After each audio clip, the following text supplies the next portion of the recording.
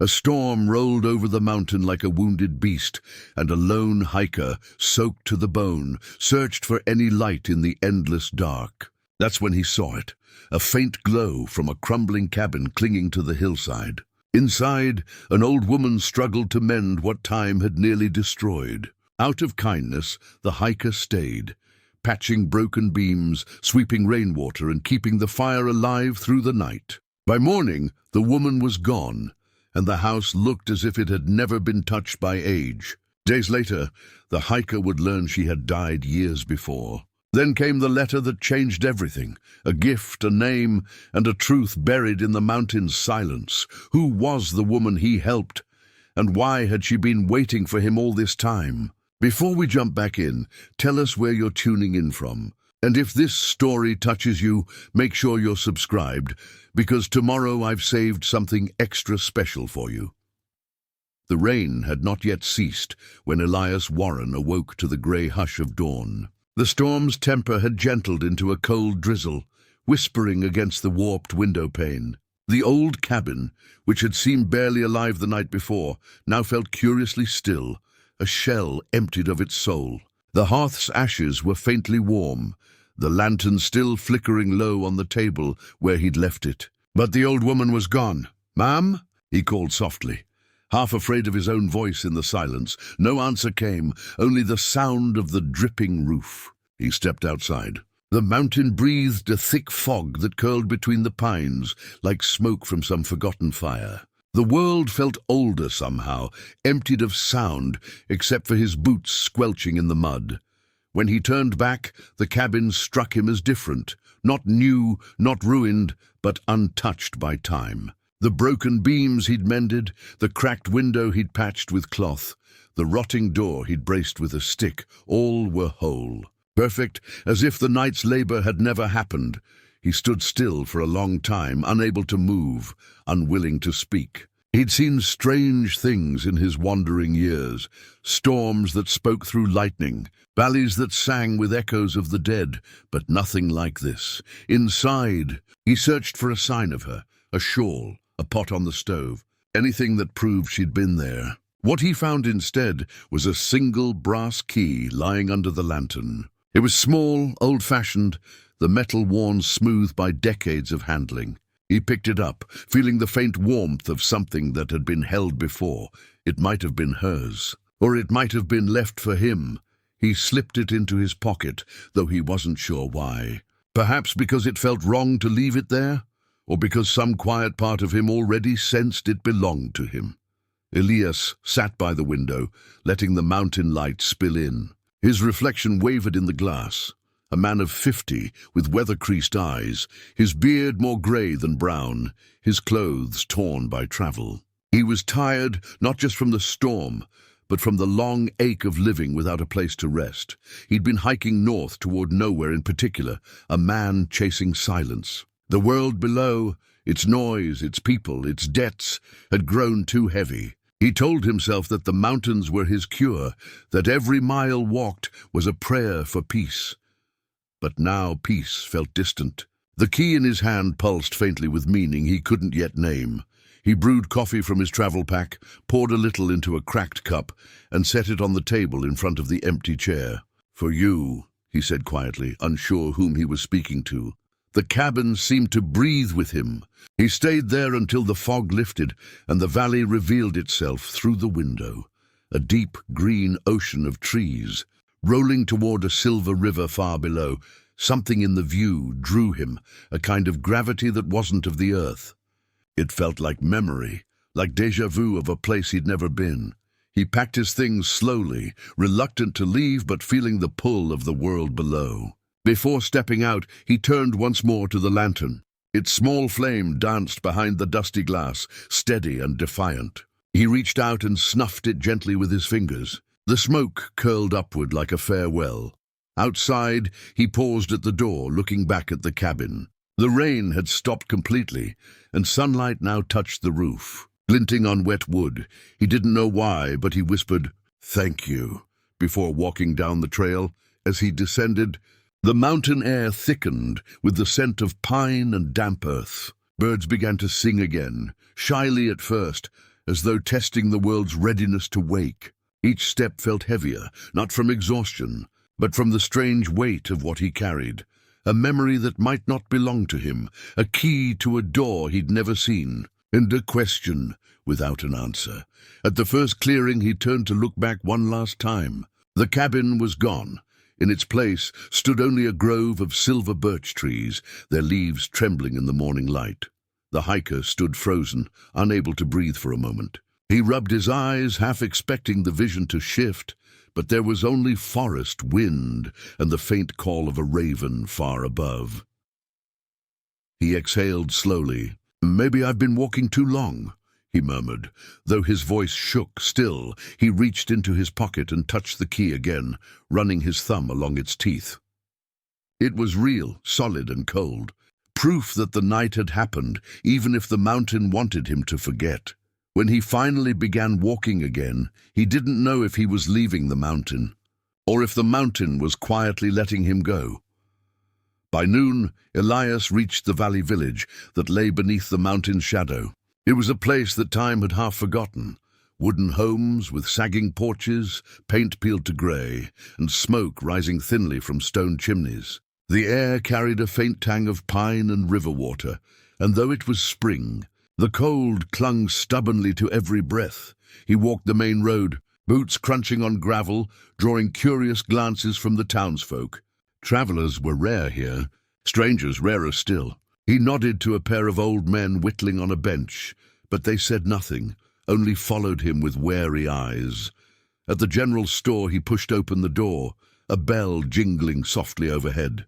Inside smelled of tobacco and dust. The man behind the counter, grey-haired and heavy-set, studied him for a long moment. "You've come down from the ridge?" the man asked. "Spent the night up there," Elias replied, removing his damp jacket. "Found an old cabin. Belongs to a woman. Said her name was Mara." The man froze, his hands pausing mid-count of coins. The only sound was the soft creak of the wooden floor. "Mara Edivane?" the man asked, voice low. Elias nodded. "That's her." The storekeeper's eyes darted to the window, as if expecting to see something beyond it. "You must be mistaken," he said finally. "Mara's been gone near 20 years. Died in the landslide of '02. Took her house with it." Elias blinked. "That's not possible. I was just there. She was alive, frail but strong enough to swing a hammer." The man gave a small, uneasy laugh, the kind meant to cover fear. "Then maybe you met her ghost, friend. Folks around here say she still watches that hill." Elias tried to smile, but his stomach turned. "I helped her mend her roof. We talked, He stopped. Had they really talked? He remembered her face, the way her hands trembled, the sound of the rain on the tin roof. But not her voice. He shook his head, trying to recall. "You look pale," the man said. "You best sit a spell. I'll fetch you something warm." Elias sat on a bench near the window, staring at the street outside. The world felt suddenly thinner, as though a breeze might blow it apart. A woman entered, mid-30s, auburn hair pinned back neatly, carrying a basket of books. The storekeeper greeted her as Clara. When she saw Elias, her expression softened with curiosity. "You're not from here," she said. "No," he answered, "just passing through. Few do." She smiled faintly, setting her basket down. "It's a quiet place, too quiet for most." He hesitated, then said, "Do you know the Edivane place?" Her smile faded. "Everyone does. It's cursed ground, they say. After the landslide, no one went back up there. My grandfather used to tell me the mountain took pity on her, buried her with her home." Elias felt the chill of the memories settle in his bones. "It's still there," he murmured. "The cabin, the fire, the lantern." "All of it," Clara frowned, studying him closely. "You saw it." "I slept there," he said quietly. "I spoke to her. For a moment no one moved. Then the storekeeper crossed himself under his breath. Clara set her basket aside and drew closer, her tone gentle. "Maybe you should show me where." He looked at her, at the steadiness in her eyes, the kind of calm one earns from living with stories that don't end neatly. He nodded. Before he left, the storekeeper stopped him at the door. "Take this," he said, sliding a folded paper into Elias's hand. "You dropped it, maybe." Elias unfolded it once outside. It was a photograph, old and fading. In it stood a young woman, Mara, and beside her a boy of perhaps 10. The boy's face was eerily familiar. Same jaw, same eyes. His eyes. He turned the photograph over. On the back, written in careful, looping handwriting, were 3 words, "For when he returns." Elias felt his heart give a slow, startled thump. Where did this come from? He asked, stepping back inside. The storekeeper only shook his head. Wasn't here before you came in. He stared at the image again. Mara's faint smile, the hand on the boy's shoulder. There was something in her expression, not sorrow but anticipation, as if she had known that one day this photograph would find its way back to him. Outside, the wind rose suddenly, sweeping through the narrow street. The townsfolk looked up, startled, as dust spiraled into the air. Elias felt the pull of the mountain behind him, its silent presence like an unseen memory pressing on his back. He pocketed the photograph carefully, the paper dry and delicate against his chest, as the clouds began to gather again over the ridge. Clara stepped out from the store and said softly, "If you're telling the truth, you've seen something none of us ever have." Elias met her eyes. "I didn't see a ghost," he said. "I saw a woman who needed help," she nodded slowly. "And maybe, in helping her, you've stirred something that's been waiting." The air between them carried the smell of rain once more. Elias didn't know whether to feel comforted or afraid.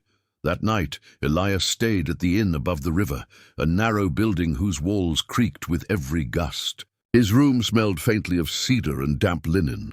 He couldn't sleep. The photograph lay on the nightstand, the candlelight flickering across the faces within. He traced the outline of the boy. His boyhood self, he realized now. The same scar above the eyebrow from the summer he'd fallen out of a tree. He had no memory of ever meeting Mara, but the photo said otherwise. Rain began to patter against the window. It always returned, the rain like a heartbeat he couldn't escape. At some point the door creaked open. He turned sharply, expecting Clara or the innkeeper, but no one stood there, only a folded piece of paper on the floor. He knelt and opened it. Inside, written in the same careful hand as the photograph's back, "If you wish to understand, come when the bell stops." Elias frowned. There was no bell in town, only the church's distant chime each morning. But even as he thought it, the faint tolling began, slow, hollow, echoing across the valley. He grabbed his coat and stepped into the corridor.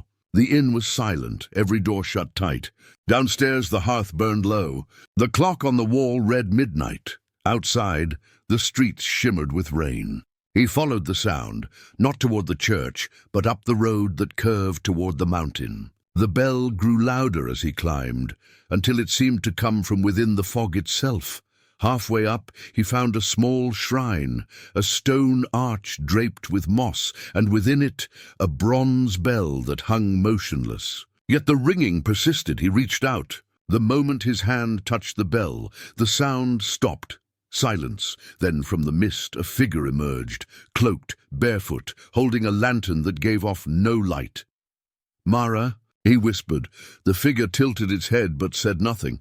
Instead, it turned and began walking up the mountain path. Elias followed, his breath shallow, his heartbeat loud in his ears.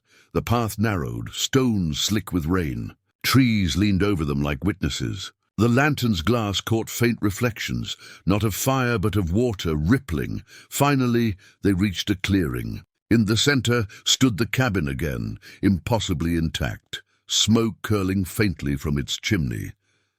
The figure stopped before the door and turned to him. When it spoke, its voice was layered, a woman's tone and a child's whisper intertwined.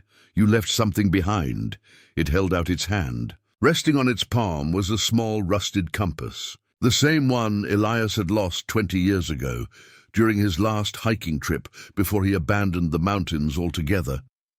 He took it, hesitantly. The needle spun wildly before settling north toward the cabin.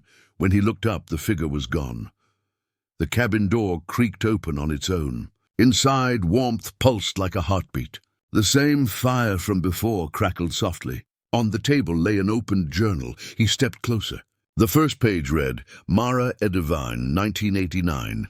He turned a few pages. The handwriting changed halfway through, sharper, more hurried. It was his own handwriting, from when he was a boy. The entries described long afternoons spent with Aunt Mara, the stories she told about the mountain spirits, and a promise to come back when the world felt too heavy.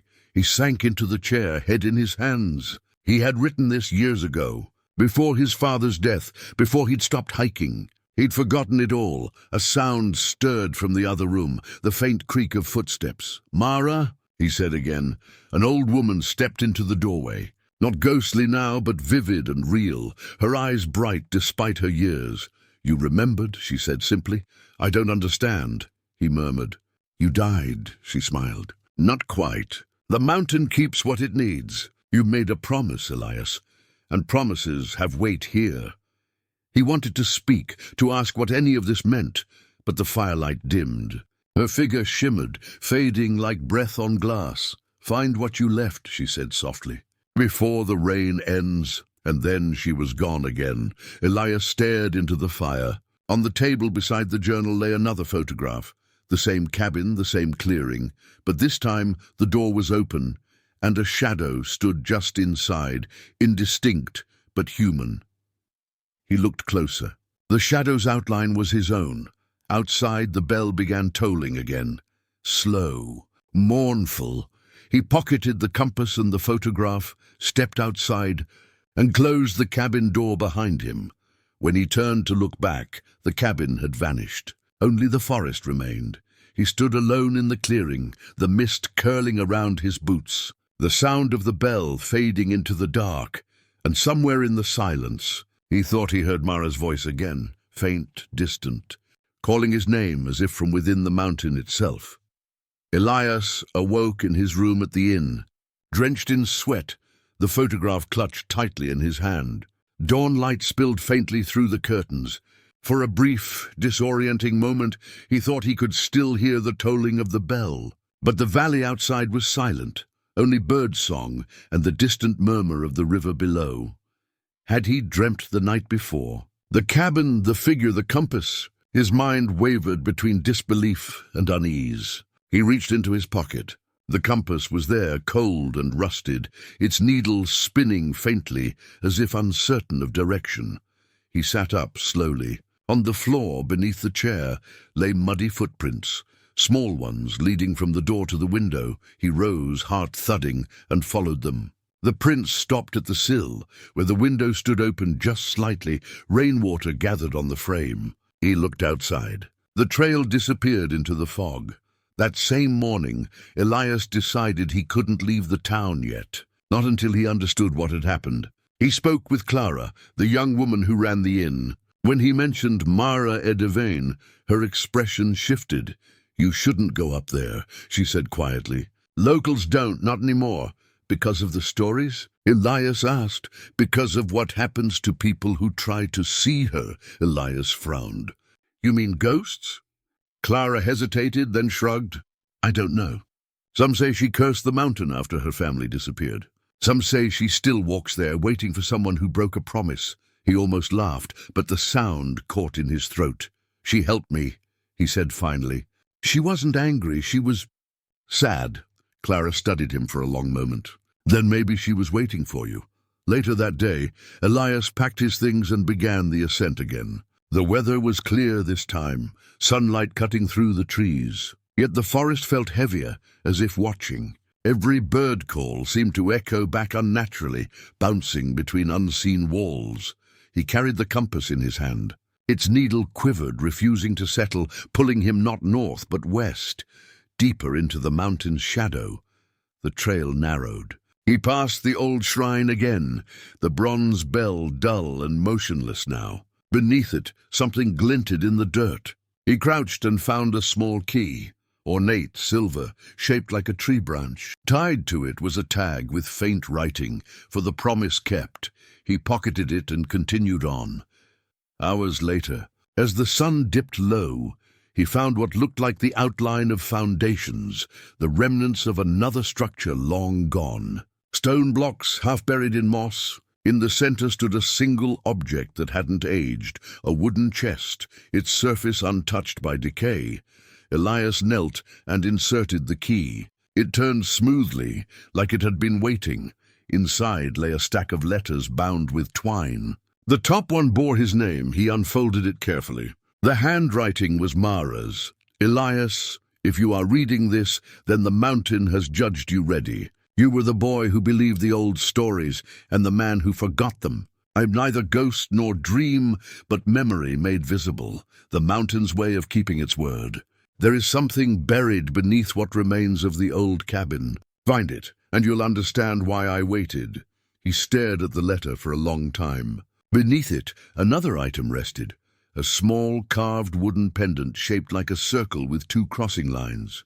He remembered it now. Mara had given it to him as a child, saying it was a symbol of paths meeting again. When he held it, warmth spread through his fingers. The forest hushed as if listening. He rose and looked westward. The compass needle pointed straight ahead. By dusk, he reached the clearing again, the same one where the cabin had stood the night before. Only now there was nothing but grass and soil. No door, no hearth, no sign of any house ever existing. Elias knelt where the fireplace had been. The earth looked slightly disturbed, softer. He began to dig with his hands, tearing through roots and mud. After several minutes, his fingers struck something hard. Metal. He scraped the soil away until a small box emerged, rusted but intact. Inside, beneath layers of paper and dust, was a second photograph.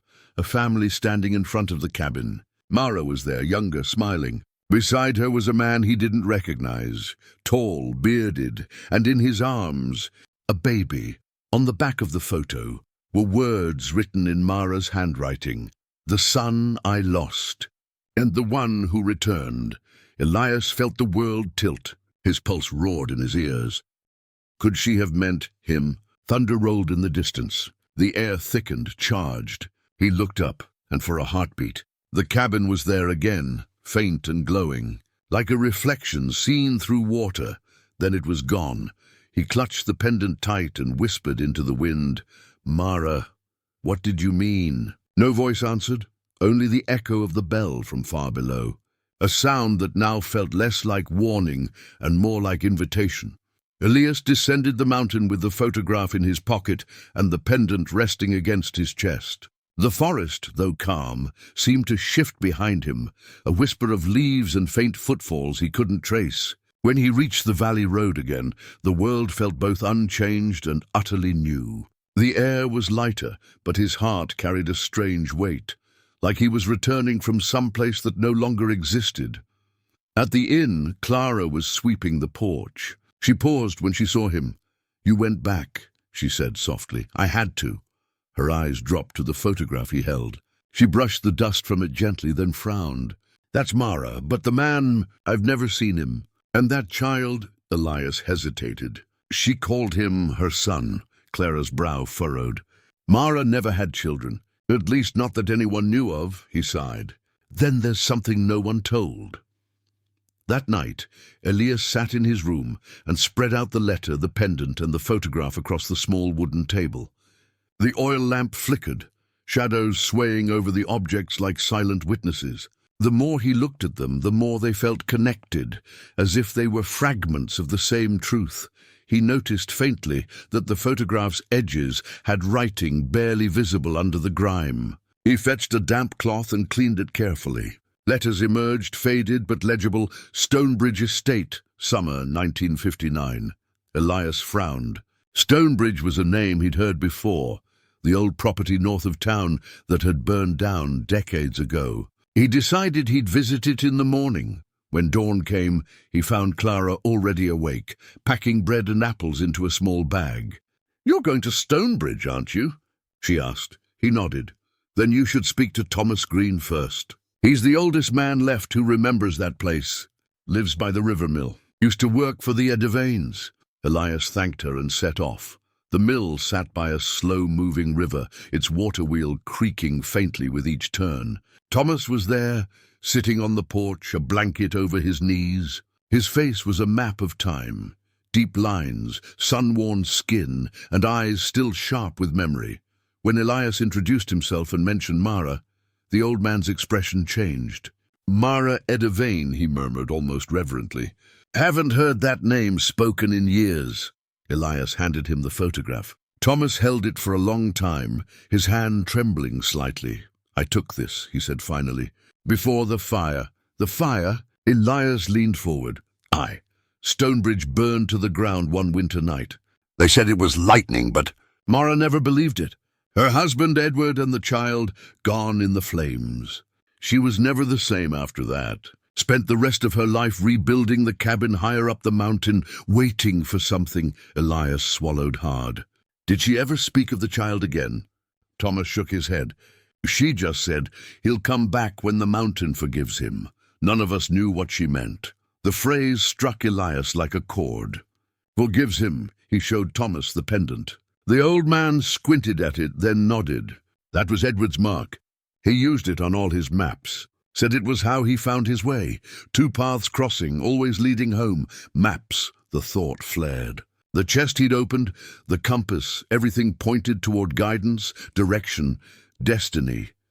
Elias asked quietly, Do you know where Edward was from? Thomas thought for a moment. Somewhere by the coast.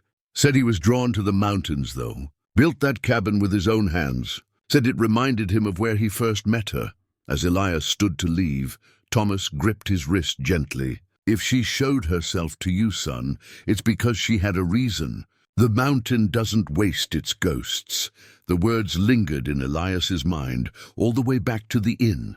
The mountain doesn't waste its ghosts. That night he couldn't sleep. He laid the photograph on the nightstand, the pendant beside it, and stared until his eyes blurred. Somewhere beyond the walls the wind rose softly, carrying with it the faintest scent of smoke.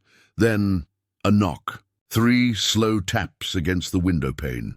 Elias froze. The curtains stirred, though the air was still. He stepped closer, heart pounding, and drew them back.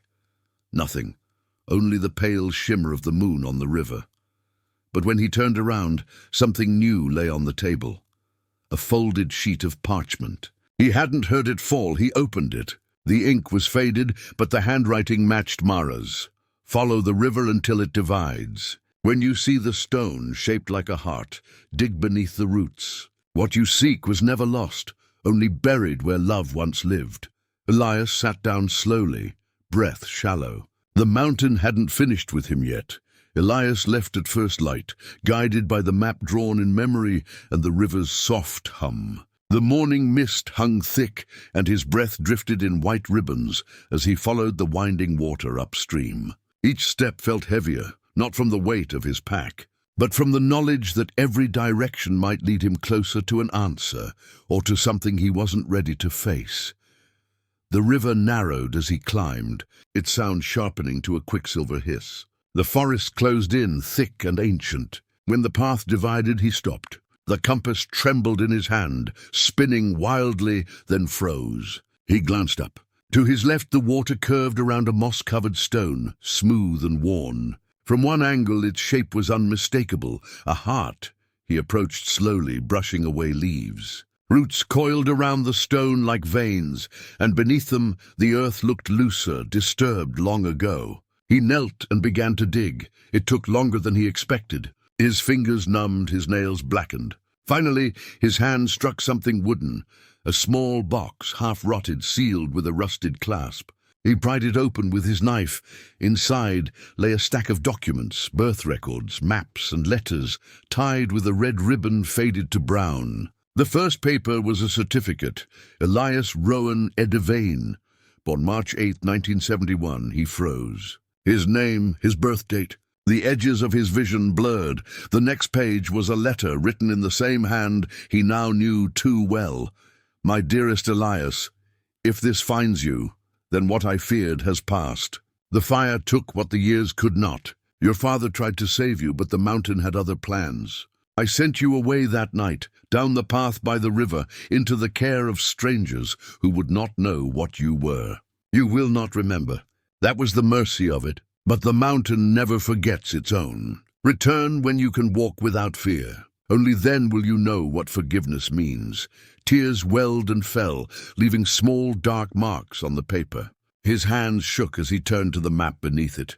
The markings matched the pendant symbol, two crossing paths, one leading back toward the cabin's clearing, the other vanishing higher into the ridges.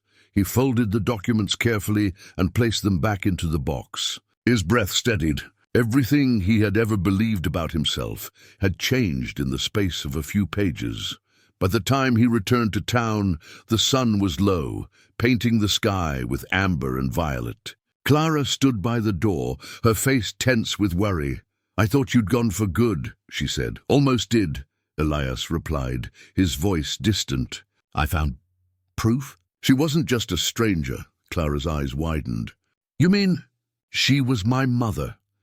They sat in silence for a while, the truth sinking in like slow rain. Clara eventually spoke. "Then she's been calling you home all along," Elias nodded. "And now I have to answer."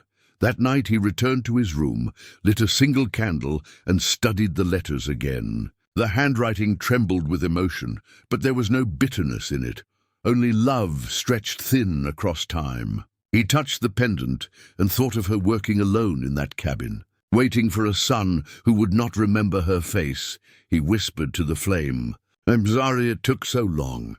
Outside, wind whispered through the trees. Somewhere in the distance he thought he heard the soft toll of the bell once more, but this time it sounded less like warning and more like welcome. He packed before dawn. In his bag, the compass, the pendant, the box of letters, and a sense of quiet determination. The mountain awaited him again, this time not as a place of mystery, but as home. As he crossed the bridge at the river's divide, a light mist rolled over the valley. He looked back one last time at the town, small and distant, and then turned toward the ridge. The mountain seemed to breathe beneath the rising sun. Somewhere ahead, past memory and silence, something waited, a truth older than grief, patient as stone. The path up the ridge was steeper than Elias remembered. Roots tangled his boots, and the air thinned as clouds began to gather over the peaks. Still he pressed on. Each bend in the trail felt strangely familiar, as if his body recalled what his mind could not. He wasn't merely retracing his steps anymore. He was walking back through the fragments of another life. By midday, mist had settled between the trees, and every sound was muffled, absorbed by the forest's breath. Then he saw it again, the clearing where the cabin had once stood. Only now, the ground looked disturbed, freshly turned in patches, as though someone had been there since his last visit. He scanned the tree line. No movement, no sound. Yet he wasn't alone. The feeling was too strong to dismiss. He knelt near the old hearthstones, now half sunken into earth, and brushed aside the damp leaves. Beneath them, carved faintly into one of the stones, were initials, E.R.E., his own.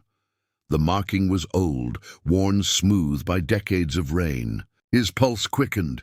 He had carved this once, long ago, perhaps as a child, perhaps before memory had learned how to protect itself from loss. A sudden gust swept through the clearing, carrying with it a faint scent, smoke and lilac, the same perfume Mara had worn. "Mother," he whispered. The wind stilled. Then soft and clear came a voice. "You came home." He turned sharply. There, standing in the dappled light between two trees, was Mara. Her outline shimmered, more memory than flesh, but her eyes were the same, warm, steady, sorrowful. Elias froze. "You're real," her smile was faint. "Real enough for what's left to be said." He stepped closer, his throat tightening. "Why didn't you tell me? Why let me forget?" "You were too small," she said gently. "When the fire came, the mountain took more than wood and stone. It took time. I sent you away because love must sometimes choose loss over danger. The mountain gave me its silence so that one day you might return and remember." Elias's voice cracked. "I thought I was helping a stranger. You were helping what remained of me," she said. "Every board you lifted, every ember you fed, that was forgiveness." He lowered his head, trembling. "I don't know how to live with this." She moved closer, her form flickering like a candle's edge. "You already are." Something changed in the air then. The forest brightened slightly, as though the sun had slipped through unseen cracks. Mara raised a hand toward him. Her fingers hovered near his cheek, but the touch never came, just warmth like sunlight through glass. "There's more," she said softly. "What you found in the box was not all that was left behind. What else?" "The mountain keeps its promises." She glanced toward the slope behind him. "Below the roots of the old ash tree, you'll find what your father saved when the fire came. It will tell you why this place was never meant to fade." He turned, following her gaze. When he looked back, she was gone. Only the scent of lilac lingered, faint and fleeting. Elias dropped to his knees before the ash tree. Its roots spread like veins through the soil, massive and tangled. He dug again, hands blistering, until the tips of his fingers struck something solid, a small chest of iron, its hinges blackened by age. Inside was a leather-bound journal, the initials EE embossed on its cover. Edward Edivane, his father. He opened it carefully. The first page was brittle, but the ink still sharp. To whoever finds this, know that this mountain was never ours to tame. It listens, it remembers, and it gives only what one has earned. When the fire came, it spared the heart of our home, but took the rest so that it might be reborn. If my son returns, tell him this: the path forward begins where memory ends. Elias turned the pages, sketches of the valley, notes about the soil, weather patterns, and at the very end, a small folded paper. Inside was a hand-drawn map leading deeper into the ridge, past the cabin to a place marked simply as the Hollow. He stared at it, the word echoing in his mind. A hollow, an emptiness, a space meant to be filled. He closed the journal and looked toward the mountain's crest. The fog was thickening again, but within it, faintly, he could see a light, steady, patient, waiting. He packed the journal, took one last look at the clearing, and whispered, "I'm coming." The forest answered with the low groan of wind through the trees, like a voice too ancient to speak words, but kind enough to guide. The trail toward the Hollow was nothing more than a whisper through the forest, an almost forgotten path that seemed to shift as Elias walked it. Mist clung to the branches, thickening the air, and the only sounds were the creak of the pines and the slow, rhythmic beat of his boots on damp earth. The journal guided him forward, its pages marked with careful sketches, landmarks that no longer quite matched the world he saw. Rocks had shifted, trees had fallen, but something deeper guided him, an instinct beyond memory. The farther he went, the quieter it became. The forest's usual hum faded until even his breathing seemed too loud. Then the ground began to slope downward, and he realized he was entering the Hollow. The air grew cool, and the trees arched overhead like a vaulted ceiling. Moss-covered stones formed what looked like the remnants of a foundation, perhaps an even older cabin, or something built before his family's time on the mountain. He crouched near one of the stones, brushing away the moss. Carved beneath it was a single symbol, two interlocking circles, the same design that had appeared faintly on the letter he'd found in the cabin. The connection was undeniable now. His parents hadn't simply lived here, they'd been protecting something. Elias opened the journal again and flipped to the final pages. His father's handwriting had grown uneven, the letters trembling as if written in haste. The Hollow is not a place, it's a threshold. The fire wasn't natural. It came when the balance was broken. The mountain remembers what's taken from it. We tried to make peace, but some debts linger. If you find this, Elias, forgive me for the silence. Your mother carried the gift longer than anyone should have. The fire took her body, but not her bond. Return what was borrowed, and the mountain will rest. He stared at the words, the weight of them pressing into his chest. Return what was borrowed. His hand went to the wooden pendant around his neck, the one Mara had given him as a child. It was carved from mountain ash, its center engraved with the same twin circle mark. He held it up, and for a moment the mist around him stirred. A faint pulse of light rippled outward, soft but steady, as though the pendant had awakened. Then a sound, a low, resonant hum, rose from beneath the ground. Elias staggered back as the soil began to shift, forming a circle around the stone foundation. From the center of that circle, light seeped upward, warm and golden, flickering like fire through fog. He hesitated, heart pounding. But something inside him urged him forward. He stepped into the circle. The air changed instantly. The world around him blurred, and when it steadied again, he was standing in what looked like the cabin before the fire, whole, unburned, alive with light. The hearth glowed softly. Outside the window, he could see the mountain bathed in dawn, and standing near the table was his father. Edward Eddervane looked older than the photos. His beard silvered, eyes sharp but gentle. "You made it," he said, voice low and even. Elias's breath caught. This isn't possible." "Not in the way you mean," his father said. "This is what the mountain keeps, echoes of what was lost. A memory waiting for its answer." Elias stepped closer, barely able to speak. "Why did you hide it from me?" "Because you were never meant to bear the burden of our mistakes," Edward said. "Your mother tried to end the cycle. The mountain took her, but it let you go. You were the peace it hoped for." "The pendant," Elias said. "It's part of it, isn't it?" Edward nodded. "The mountain lent its heart to us, a gift of balance. But when we took too much, when greed and fire followed, it demanded return. That heart is in your hands."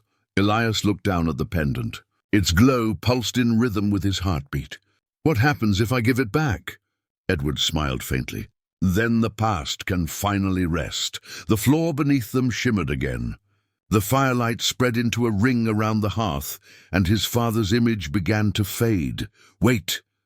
Elias reached out. Edward's voice softened, barely above a whisper. "You've already done enough, son. Remember this: the mountain doesn't forget kindness.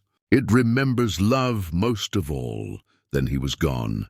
Elias fell to his knees as the cabin dissolved around him. The vision dimmed, the air cooled, and he was back in the hollow. The circle of light beneath him was fading, absorbed into the ground. He unclasped the pendant, held it tightly for a moment, and then pressed it into the soil at the center of the circle. The hum deepened, rising through the earth, through him, through the trees. The forest seemed to exhale. The mist lifted, and the morning light spilled into the hollow like forgiveness. Elias stood there a long while, listening as the mountain's silence turned from grief into calm. He whispered, "It's done." The climb back down the mountain felt heavier than before. The air was still and clean, but Elias could feel the shift in everything around him. The forest no longer held that tense stillness. It was quieter in a peaceful way, as though something unseen had been set right. Yet within him, a hollow ache lingered. He kept the journal close in his pack, even though he knew most of its mysteries had been answered. His father's final words echoed in his mind. "The mountain doesn't forget kindness. It remembers love most of all." The pendant was gone. All that remained of it was a faint mark on his palm, a small circle burned into the skin where he had held it too tightly. He didn't know if it would fade or stay with him forever. Maybe that was the point. By the time he reached the trailhead, the afternoon light was spilling through the trees. His truck sat where he'd left it, dusted with pine needles. For a moment, he just stood there, staring at it, feeling as though he had been gone for months rather than days. He started the engine, but instead of driving straight home, he took a detour down the old town road. Something in him needed to see Mara's house again, the place where it had all begun. When he arrived, the sight nearly stole his breath. The house was whole. Not perfectly new, not pristine, but restored, standing as it might have decades ago. The roof was intact. The porch railings were fixed. Flowers bloomed in the small garden bed out front. He stepped out of the truck slowly, scanning every detail. No one was there. The windows reflected the afternoon light, hiding the interior from view. On the porch was a wicker chair, the same one Mara used to sit in. Resting on it was a folded piece of parchment. Elias hesitated before picking it up. The paper smelled faintly of smoke and lavender, like the cabin had that night long ago. He unfolded it. "You've done what few ever could, set right what time forgot. The hollow is at peace now, and so is she. Do not search for what's gone. Instead, live where kindness takes root. The house is yours now. Use it well." There was no signature, just a faint impression of the same twin circle symbol pressed into the corner of the page. He looked up again at the cabin. disbelief giving way to something quieter. Gratitude, maybe, or awe. The wind picked up, carrying the scent of pine and wood smoke. For a fleeting second he thought he heard her voice again, Mara's soft hum, drifting through the air like it had that first night he'd met her. He smiled. "Thank you," he said softly.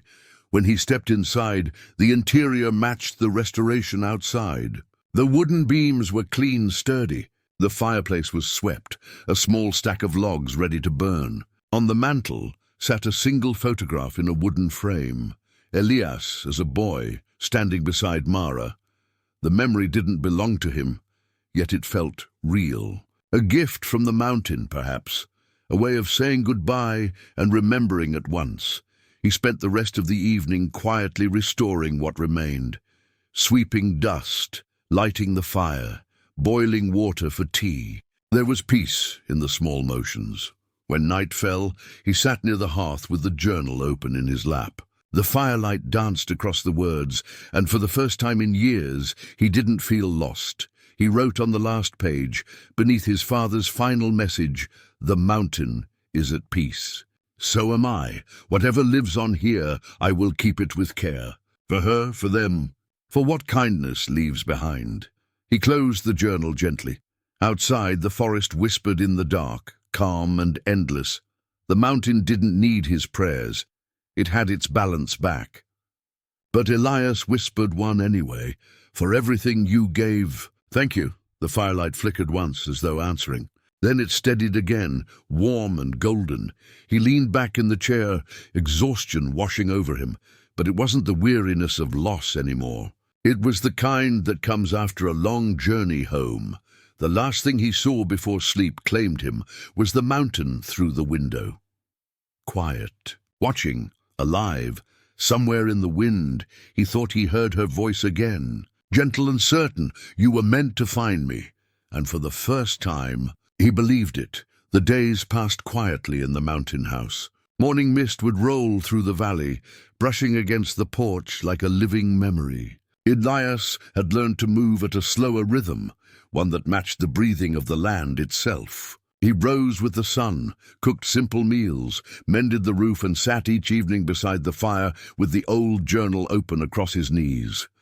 At first he believed his time there was simply healing, but slowly he began to notice changes. The flowers out front bloomed, even in the chill of early autumn. The woodpile never seemed to dwindle, though he drew logs from it daily. And some nights, faint footprints appeared by the creek, bare, small, vanishing by morning. He never saw anyone, yet the sense of company never quite left.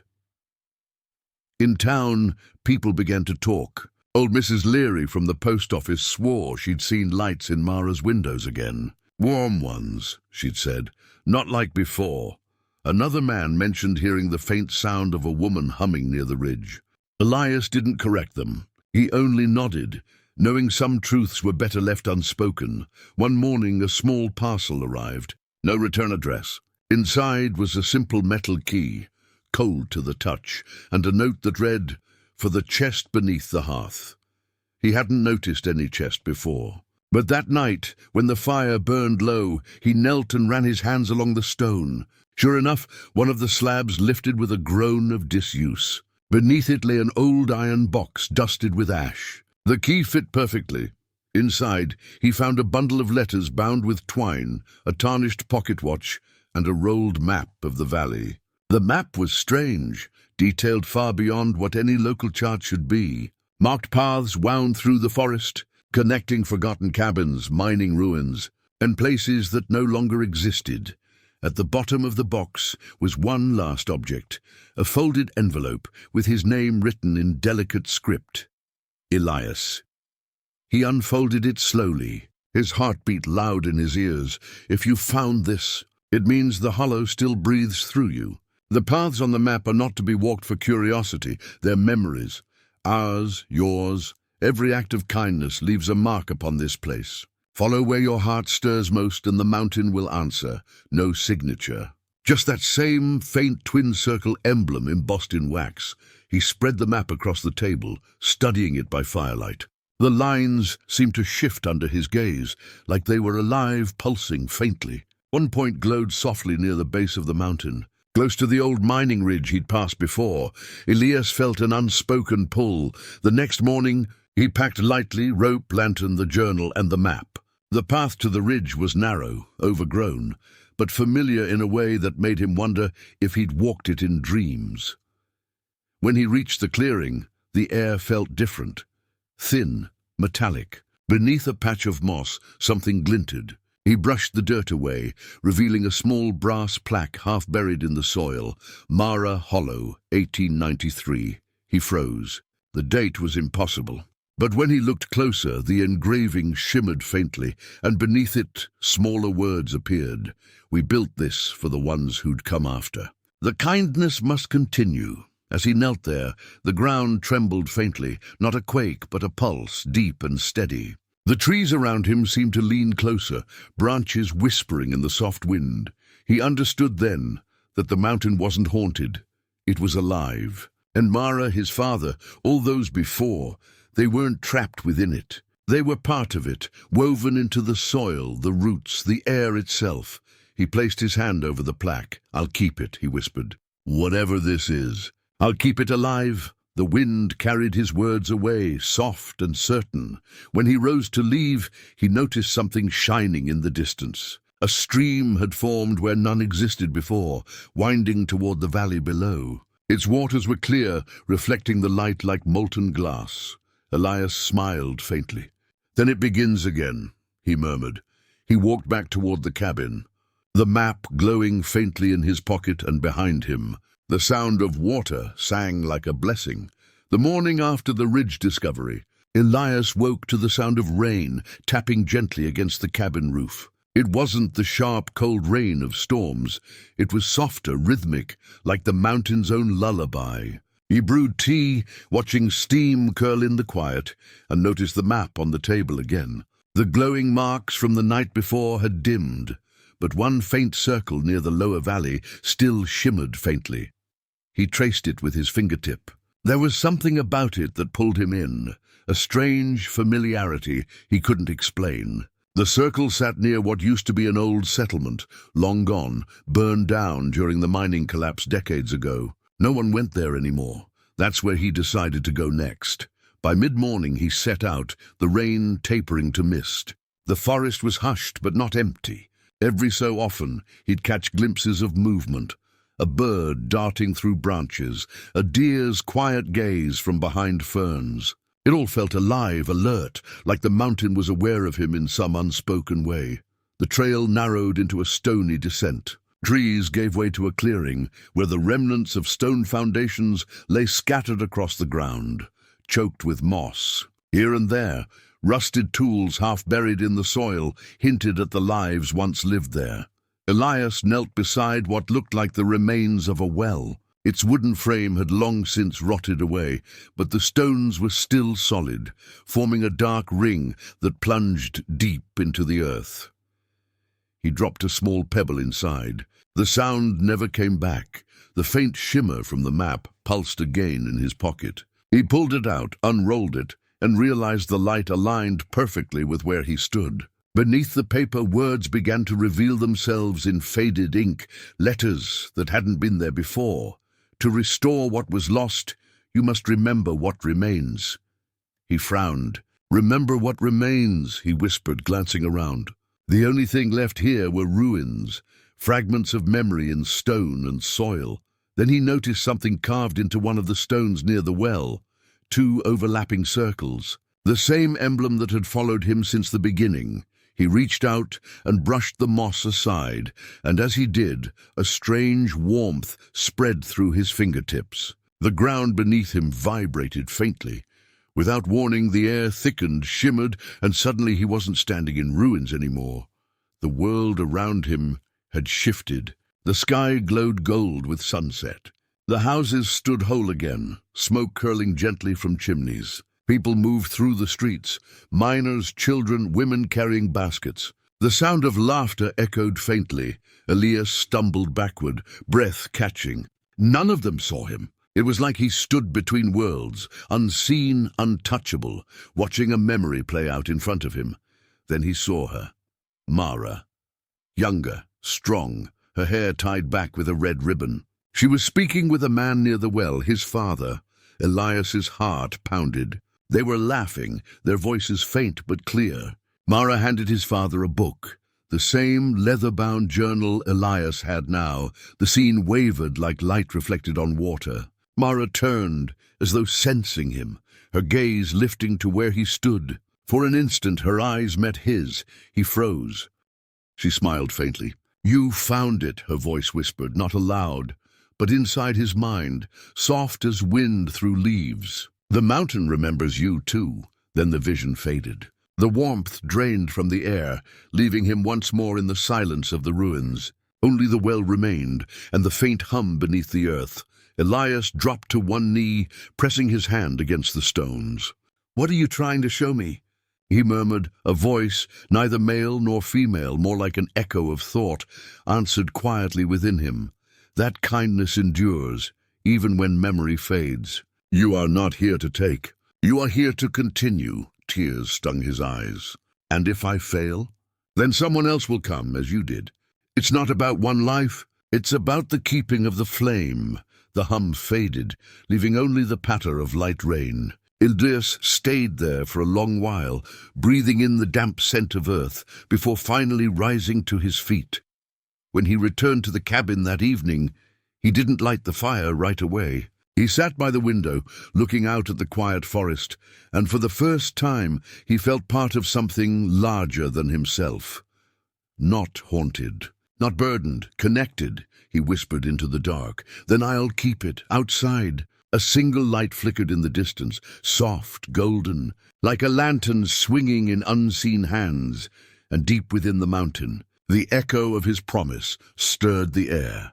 The next morning dawned clear and cold, sunlight pouring gently through the mist. Elias sat on the porch, his hands wrapped around a cup of tea gone lukewarm. The world felt sharper now, as though his senses had awakened to something he had never fully seen before. Every tree, every ripple of wind, every bird song seemed part of a quiet conversation he was only just beginning to understand.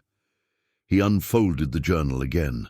The ink had faded in places, but the words felt alive. On the last page, below his father's handwriting, new lines had appeared overnight, lines he knew he hadn't written.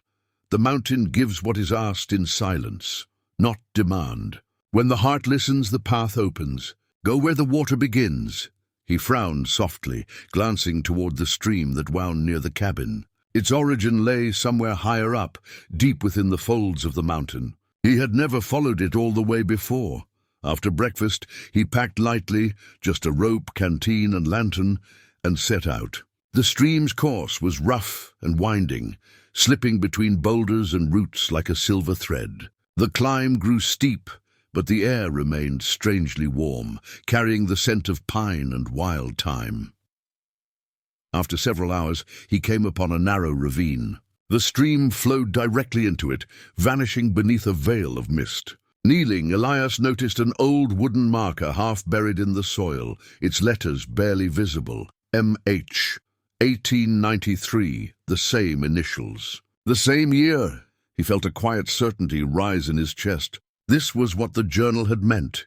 He lowered himself carefully into the ravine, gripping roots for balance. The sound of rushing water echoed softly ahead. Then through the mist he saw it, a cave entrance, partly hidden behind a curtain of ivy. Inside the air was cool, but not damp. The cave walls glittered faintly, crystals catching and scattering light from the lantern. The stream pooled into a small basin at the center, its surface perfectly still. At the far end, half buried in stone, was another plaque, like the one he'd found at the ridge. Only this one was larger, carved directly into the mountain. "To those who remember, kindness binds us beyond time. Protect this place, and it will protect you." Below the inscription, a shallow niche had been carved. Inside, it rested a single object, a stone pendant shaped like the twin circle symbol, but this time complete, smooth, polished, and faintly glowing. Elias reached out, his hand trembling. The moment his fingers touched the pendant, warmth spread through his arm and into his chest. Images flooded his mind, not memories of his own, but echoes, Mara, younger, working alongside others to build the first homestead. His father, years later, tending to the land with quiet devotion. The storm that took the house, the long years of silence that followed, and then himself arriving lost and desperate, unknowingly stepping into the same story. The warmth grew until it felt like a heartbeat shared between him and the mountain. He heard a whisper then, not from outside, but within. It was never about the inheritance. It was about return. Tears welled in his eyes.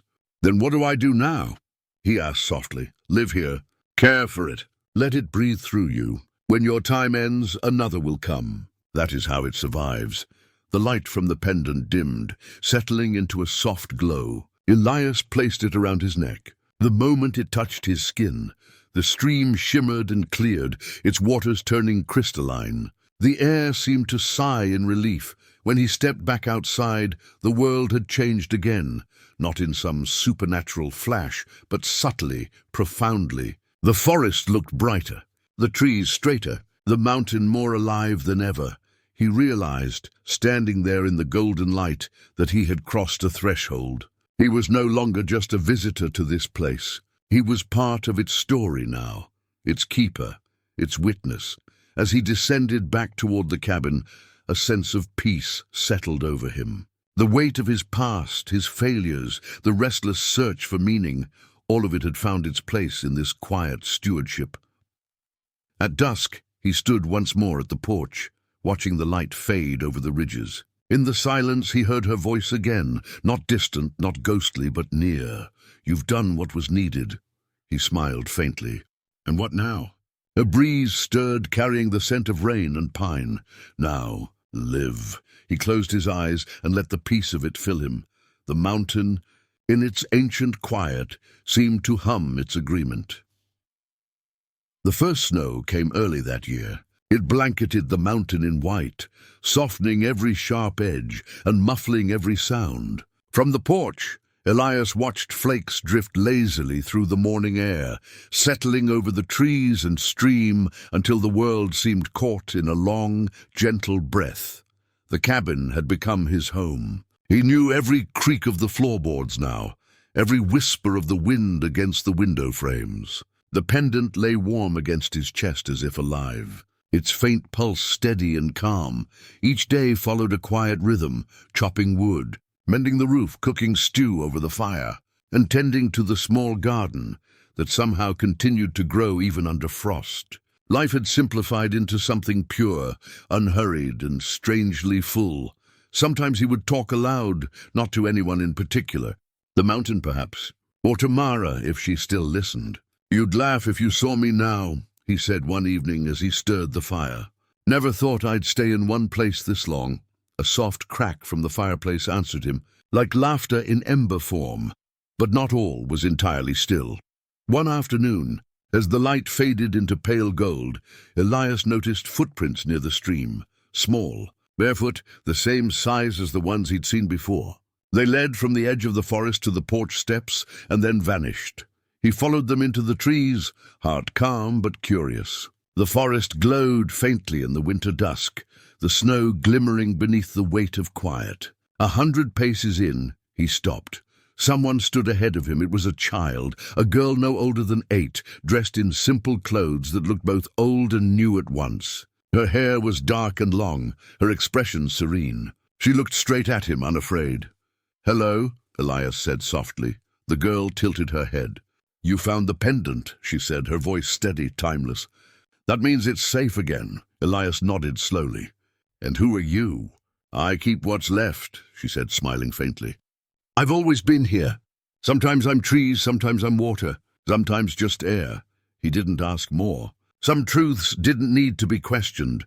The girl looked toward the mountainside. "It was broken once," she continued. "Long ago. The ones before you forgot to listen. But you remembered. That's why it works again." Elias felt a quiet ache in his chest. "Was Mara one of them?"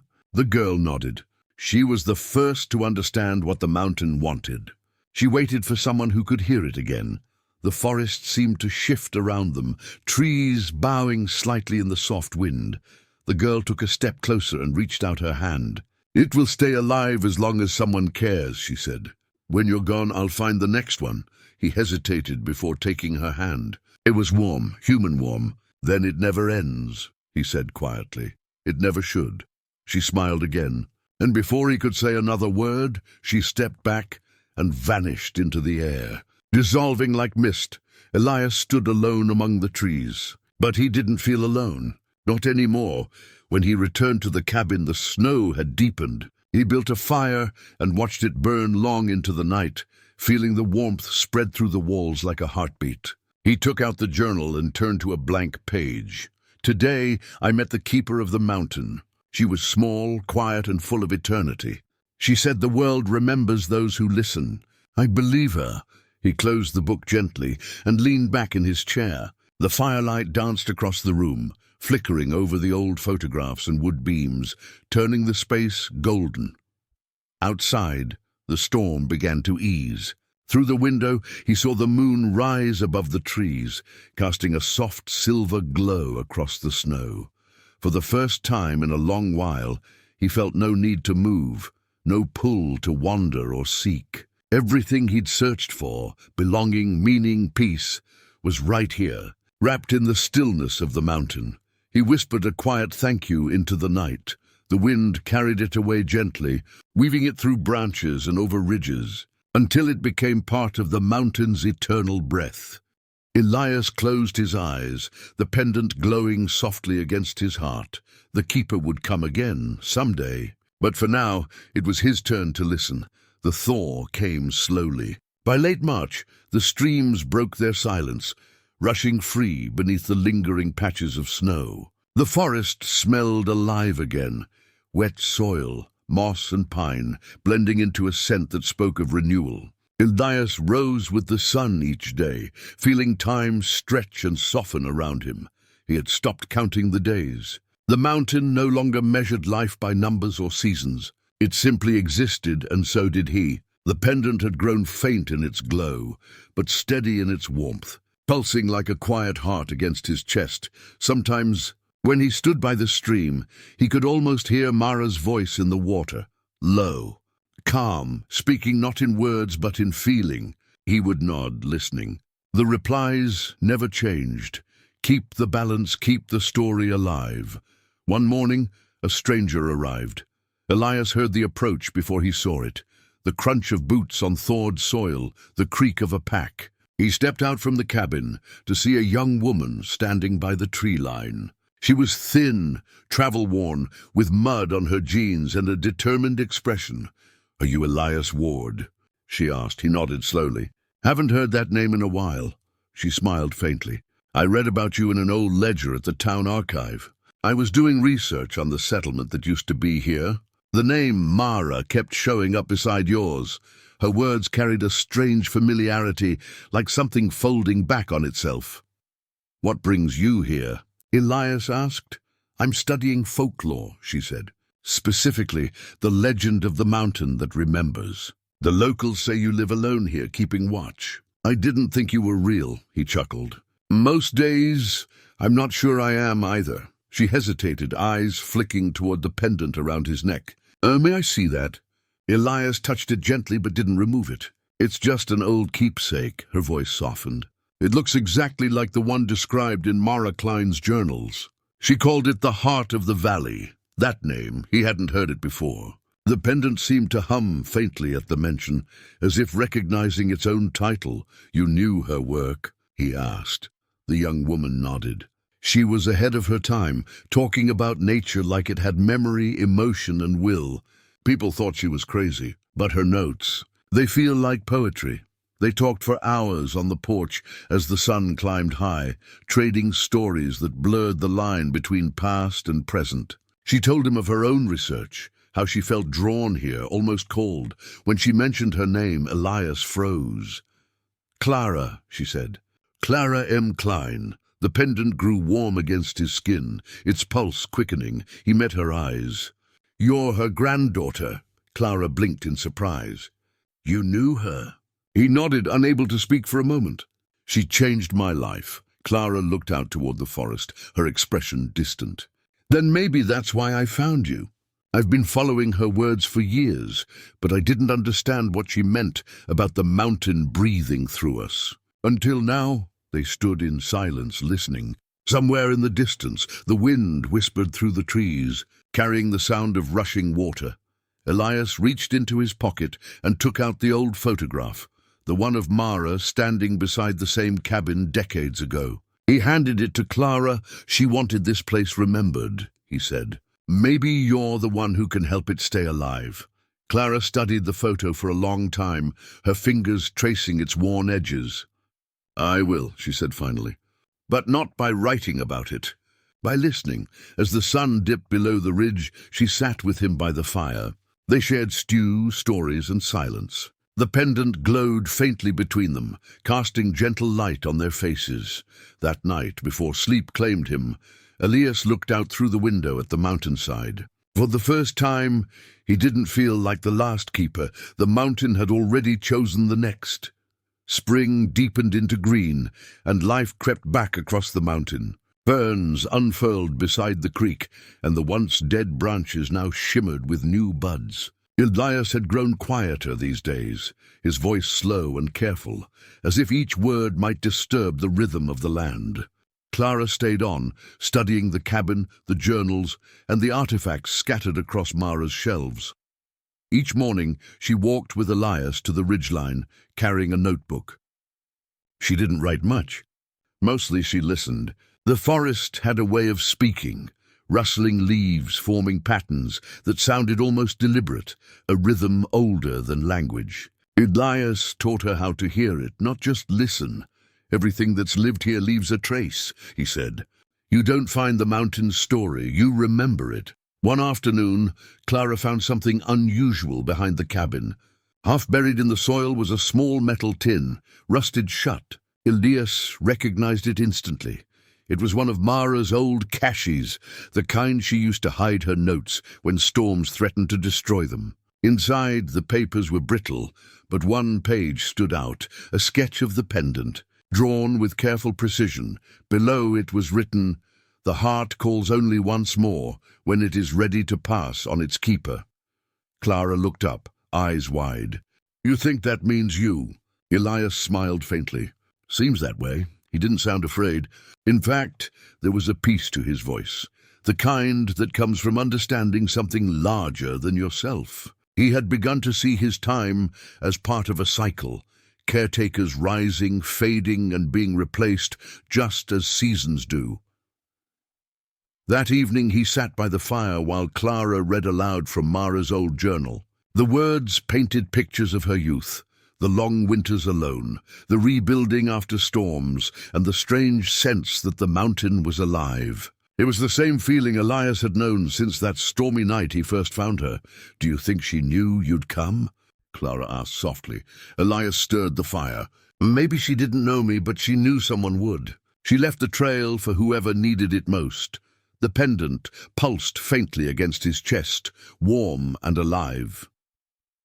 Later that night, as the forest hummed beneath a silver moon, Elias woke to a strange stillness. The wind had stopped.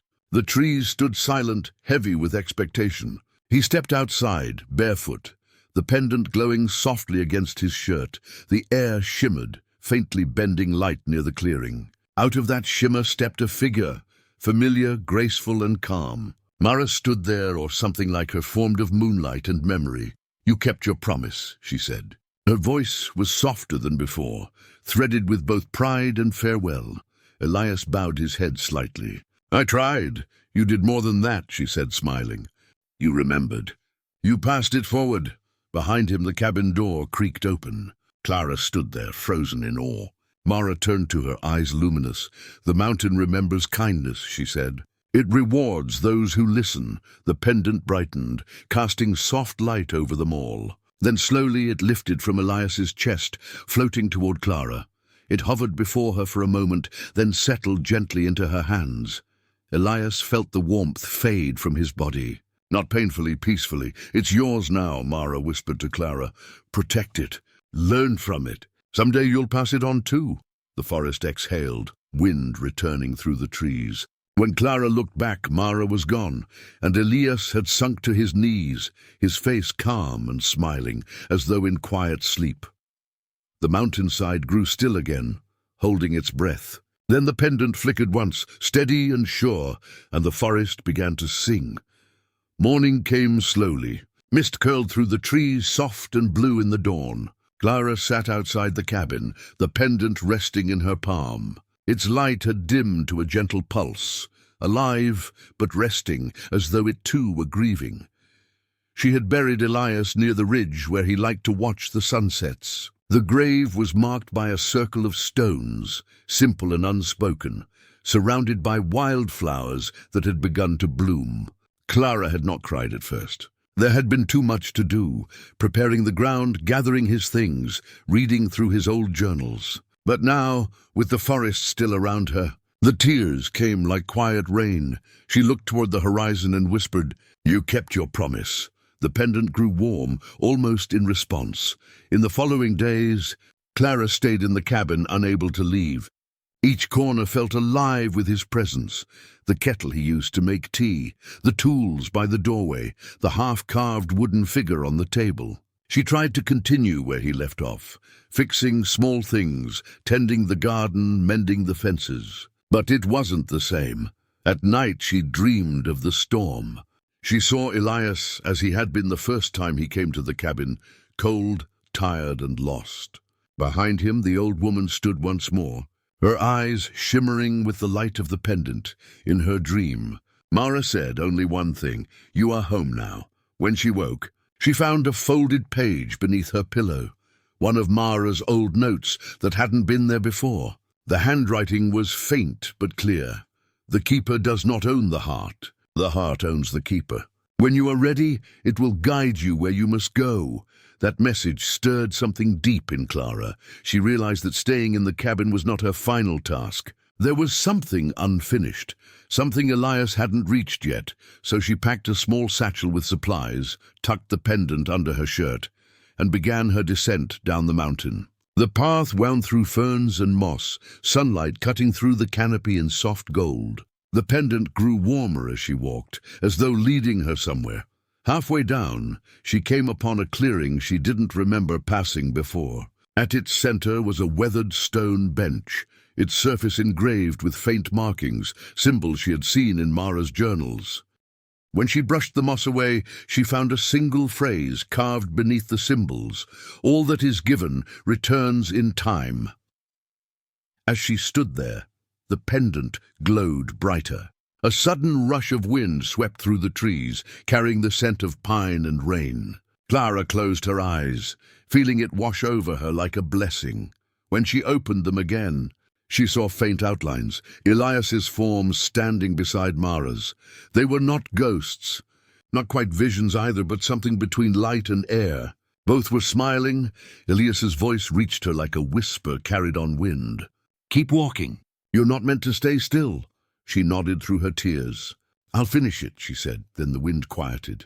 The figures faded. By the time the sun dipped behind the peaks, Clara found herself near the mountain's base. Below her stretched the valley, alive with rivers, farmlands, and the faint sprawl of the town. The pendant pulsed once more, faint and steady, before dimming completely. She felt no fear, only calm. The mountain's hum followed her, steady as a heartbeat. That night, she camped near a stream. As the stars came out, she opened Elias's final journal. On the last page was a simple line written in his hand: "Every road leads home. If you walk it long enough." She closed the book and lay back, eyes on the constellations above, the mountain, the house, the pendant. All of it had led her here. The inheritance wasn't money or property or even the cabin itself. It was the burden and the gift of remembering, the chance to carry forward a legacy built on compassion and quiet strength. And somewhere far above, the forest whispered her name. The valley stretched out beneath her, alive with light as Clara descended further from the mountain. The streams glimmered silver, and the fields beyond rippled with early spring grass. She could hear distant voices from the town below, human and bustling, yet somehow it felt like the mountain itself was watching, guiding each step. She had not felt alone since taking the pendant. The warmth it carried was faint but constant, like a heartbeat synchronized with the land. As she walked, Clara reflected on all she had learned from Elias and Mara, the quiet patience required to truly listen, the way a single act of kindness could echo across decades, and the responsibility that came with understanding a story larger than one life.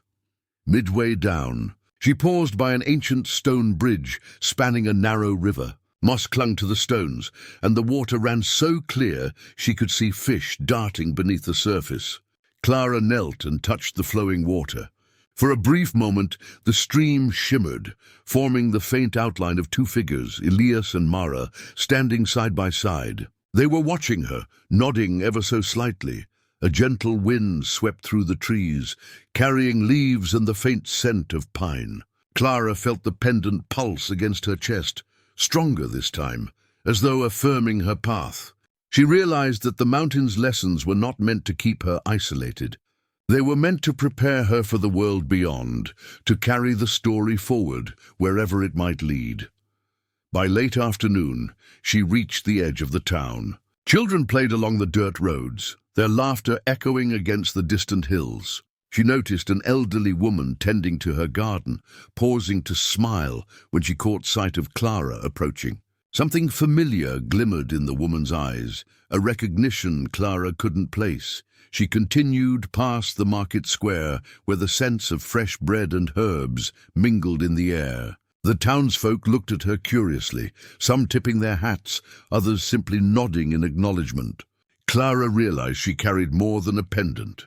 She carried a legacy, a story the valley would remember long after she was gone. That evening, she found a small inn on the outskirts of town. She entered quietly, carrying the pendant under her shirt, the journal tucked safely into her bag. The innkeeper greeted her warmly, offering a room for the night. As she settled in, Clara traced the symbols on the pendant with her fingertips, feeling the faint pulse of warmth. It was a reminder that she was no longer alone, nor were the mountain and its secrets confined to the past. Every choice she made would honor the ones who had come before, Elias, Mara, and those who had quietly tended the valley through decades. Later, as night settled over the town, Clara sat by the window overlooking the valley. She opened the journal once more and began to write, not just notes or observations, but reflections on what she had learned. She wrote of kindness, of listening, of patience, and of the mountain that breathed through all who cared enough to notice. The pendant rested against her heart, faintly glowing, a tether to the mountainside she had left behind. And though the world beyond the forest felt vast and unknown, she no longer feared it. The mountain's story, and the hearts of those who had lived in its shadow, would guide her steps.